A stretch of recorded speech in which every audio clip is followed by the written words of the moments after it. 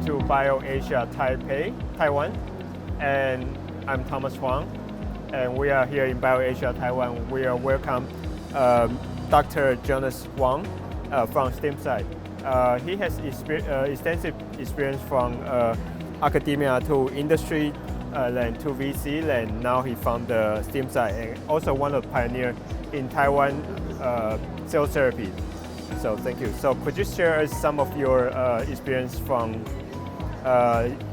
academia to pharma, then to VC, and then to the founding a startup company? Okay. Basically, I have my education in Taiwan, and got my degree in Taiwan, and then go to U.S. Got my PhD from University of Iowa. It turned out an opportunity for me when I graduated. American pharmaceutical industry has provided me a very good opportunity to start working in the pharmaceutical industry. So I worked for Bristol Myers and then Johnson & Johnson. Then I was the vice president of R&D for Johnson & Johnson consumer product for over the 12 years. I think this happened to be opportunity, and also American industry, they give me a career opportunity. Yes. And which is I enjoy that very much, because they not only give you the business responsibility, but also give you the opportunity to do research and develop a new drug and develop new products for the company. So my expertise was skincare Okay. products. So I helped Johnson & Johnson buy two companies. Mm-hmm. The one is Neutrogena. Okay. And another one is the Rock in Paris. Okay. We bought the Rock from Chanel. We bought the Neutrogena for $964 million US. Wow. Because of my patent. I have 35 patents for Johnson & Johnson. They're all products, skincare products. So all the skincare products in Neutrogena is all covered by my patent. Wow. I just used it this morning. That's good. That's very nice. So I've been quite successful in Yes. this skincare product. But I took an early retirement from Johnson & Johnson in 2002. Then I turned to become a venture capitalist for 12 years. Okay. And so StemCyte, which is a stem cell regenerative cell company, is the first company I invested. So I now been appointed as the chairman and CEO of the company. And I will bring this company to successful enterprises. Basically, I'm working on to bring this company to go IPO in Taiwan, and probably also will go public in the NASDAQ. Okay. So that's all the career. Okay. I think it's opportunity. Yes. Come to me, and then I make an easy switch. So what are some of the companies you have invested along the way? And I have invested, when I was a venture capitalist, I invested in 8 companies. All the 7 companies other than StemCyte, 3 has been IPO, 4 has been acquired. wow. So I so far have no values.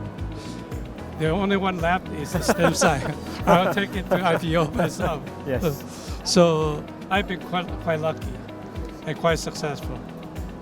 So I think it's a very interesting career for me. Yes. And I learned a lot from there. Yeah. So what would be some of your advice for the younger generation or people who are getting to the biotech industry? Okay, I think the first for a person like a career, I have through the last 20 years. And then first, you really have to be very you really have to make yourself an expert in the field. Yes. You graduate. Because my expertise basically is a skincare development product, skincare product development. But I think most importantly, I learned from the school to get a PhD is not just to get a degree, but it's to build up your, the capability for troubleshooting. Yes. Also, try to resolve the problems you face. Yes. I think that's what the training of a PhD is really the main Yes. reason. Yes. So I think I have working very hard when I was a student.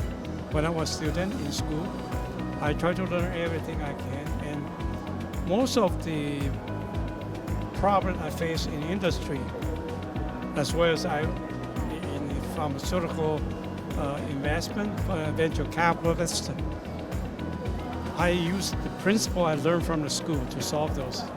So basically, I still take the advantage of the learning and to solve all the problem I face. So the training and the knowledge you use, it should apply to your later you part have of to. the yes. You really have to focus your major effort in study and try to learn as much as you can. Not just the technical, not just the courses you learn, but also the ability to solve the problems when you have in school. Yes. And I think that just will train you, develop problem-solving ability. I think that's very important because the pharmaceutical industry in the U.S. as well as in Taiwan, they only hire people who can solve the problem they have. The problem could be technical problem, could be a personal problem, Yes. could be management problem, could be many problems. But when you take the PhD, you learn pretty much everything. You have Yes. to learn, like dealing with your professor, how to communicate with your advisor, and how to try to convince your advisor or try to convince your alumni, your colleagues about a technical issue or that. So those things we'll have to learn and build your strengths in those areas. Yeah. Yes. So before we wrap it up, I have one last question. Since you decide to take your company to IPO in Taiwan in the near future, so what do you think about the Taiwan biotech industry currently, and how do you feel about this event? Like, what are some of your observations? Well, I think the biotech industry, the current market in Taiwan is not good. Okay. But it's pretty normal. It's up and down, up and down. But for the last 3 years, the Taiwan biotech market has been down. Yes. It has not been doing good. But now it has increases. It has getting better and better. I think because the government is promoting the biotech, especially the cell therapy, Yes. which has helped Yes. the biotech market quite a bit. Yeah. So they opened up a new policy to allow the doctor to treat the diseases using the patient's own cell therapy, own stem cell therapy. So I think with government support, the biotech market in Taiwan will be better, will be improved. I assume next year going to be good. Yes. Taiwan is a very good, has a lot of talent, local talent, very good at the biotech research and the business development as well. So I hope the 2020 and down the road, the biotech market in Taiwan could improve, and getting better. So a lot of the biotech company and the hospitals, they can really help develop the biotech industry in Taiwan. Yes, I think with the regulation now it's being improved. Yeah. And a lot of hospital that has top hospital in Taiwan, they also look into this. Yes. And if they're working with the industry, you will improve a lot in biotech industry. Yes. That's right. Yeah. I think government is doing the right thing. Yes. Helping the biotech industry, yes. and that should help us. Yes. And that will improve the bio market. Yes. From now on, and that would be very helpful. So it should be on the right track. Yes. Yeah, I think right there. Yes. That's why I decided probably I'll go public in Taiwan. Mm-hmm. Taiwan Stock Exchange market first, probably next year. Okay. Yeah, I think that's all. Okay, thank you. Okay, thanks.